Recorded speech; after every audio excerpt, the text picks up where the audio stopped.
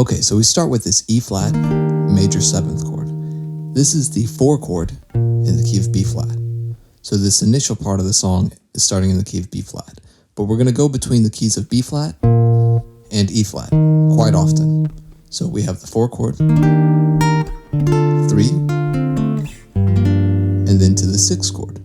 Now the melody is going to be the top notes of these chords. So you'll notice we have the G note, the 3rd of E flat, and then B flat.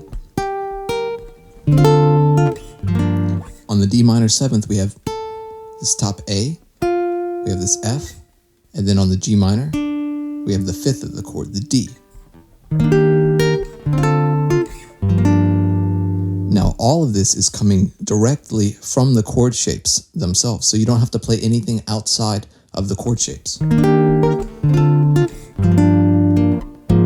Now, right here, this is when we first leave the key, and we are playing an A flat major chord. This comes from the key of E flat. I'm thinking of this as the 4 chord in the key of E flat.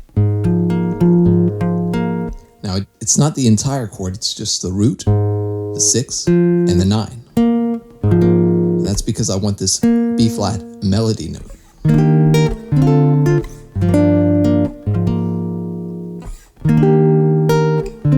So we repeat that. Then we go to this big F sus chord, pretty much. It is the 5 chord of B flat. Okay, you can think of it as a C minor 7th or C minor 9, but with an F in the bass.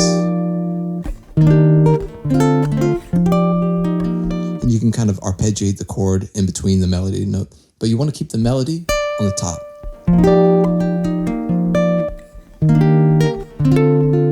We do that again, and then we have this. What's happening here is we are using the scale as the melody, still the B flat major scale. Now we're connecting this 5 chord to the 6 chord using a passing diminished chord. You can always use diminished chords as passing chords or a way to get to wherever you're trying to go. Usually a half step below works pretty well. Okay, so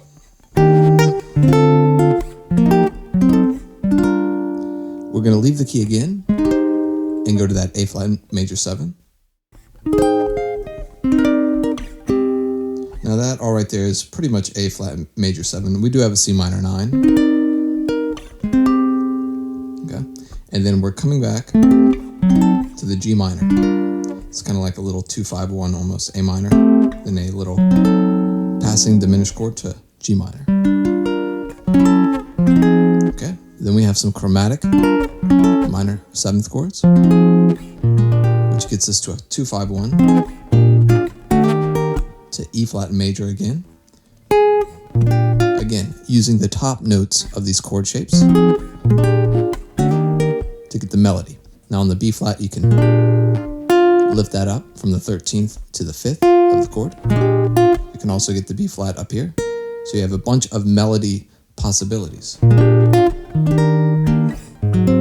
right here, I'm thinking of it as the 4 chord in the key of E flat, but I've changed it a little bit. I've flattened the 7th. So it's now a 7th chord. It's an A flat 7th instead of an A flat major 7th. Okay. This next part it's just a 2-5-1 to C minor. It's a minor 2-5-1. This kind of sets us up for the key of C minor, which is the 6th chord in the key of E flat. So at this point, we're now in the key of E flat or C minor.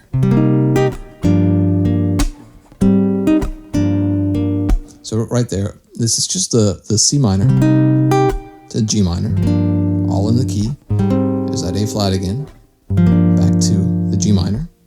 And we're using those melody notes. See, on the G minor, you have 2 options there. So I'm going between the D to the B flat.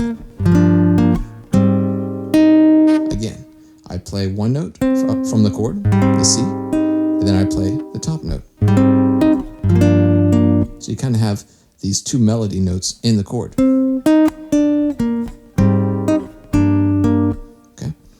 Now this next part, I just changed one note to A.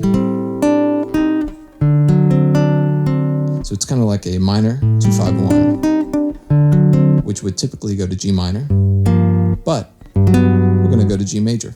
Just mix it up a bit.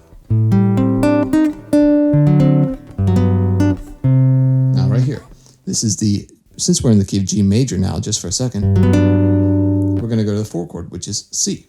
And I'm going to utilize that sharp 11.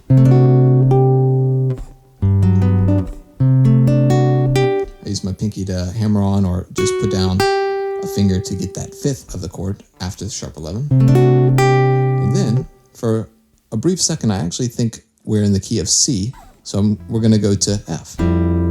So we started in the key of G, go to the 4 chord, but then we're going to pivot and we're going to think of C as the 1 chord for a brief minute after we did this. And then we're going to go to its 4 chord, which is the F major 7. So just kind of going around the circle of fourths.